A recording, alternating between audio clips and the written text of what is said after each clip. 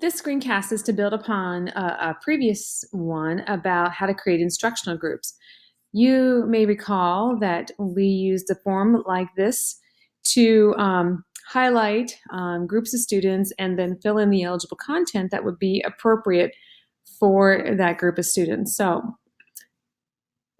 when you look at the CDT group map, and you want to create instructional groups, you use the color ranges to help define the parameters of the group. For example, I have a group over here that are meeting end of course expectations. Right here where green meets blue are those end of course expectations. So I'm going to draw a box around that group of students. And I'm going to show eligible content. And here's the instructional recommendation. These are 7th grade students, so it's showing eligible content from 8th grade math and Algebra 1. Before I go higher in grade levels, I want to go wider, and I want to make sure that these students understand the content to depth of knowledge 3 and 4, and then start to make some connections between the 7th grade content and what they would see in numbers and operations under grade 8 or standards or Algebra 1. Clear the map here. So another reference point is the middle of the green. And when students hit the middle of the green, they're on track to proficiency. So if I would click on strengths to build on, it's going to show me all of the students who are middle of the green and above.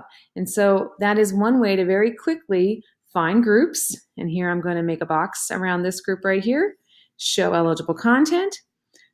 I did not go into that area where green meets blue, and you see the recommendation is for 7th grade content. So these are 7th grade students, and I'm going to go deeper with them. I'm going to make sure they can do the work independently without me leading them through step by step of a problem. I'm going to make sure that they have accuracy and fluency so that they, with sub-skills, for the higher level order questions, the depth of knowledge 3 and 4 questions, I'm going to make sure they can explain their thinking to another, because that moves us into that high depth of 3 and even depth of 4 knowledge levels, that they are secure in their content. But I'm definitely staying right now within grade level content when we're working on algebraic concepts. I'm going to clear the map. And if I change that toggle to students' area of need, I now can see the middle of the green and lower. So I can make a group. Let's pick one right here, that middle of the green. I'm going to try to stay out of that area where the green and red touch. I'm going to choose show eligible content. The instructional recommendation is still showing 7th grade. Now they're lower in that 7th grade range, so I'm going to make sure that they move to independence. That did not need me to walk them through every step of the problem. I'm going to make sure that they are secure with their vocabulary for 7th grade content, that they know what the words mean, that they can use their strategic thinking to figure out what formula is needed and what numbers go in which order in that formula for math. So I'm looking to get to independence with higher depth of knowledge 2, depth of knowledge 3, and depth of knowledge 4 content to help them move up above that middle of the green. And we clear the map.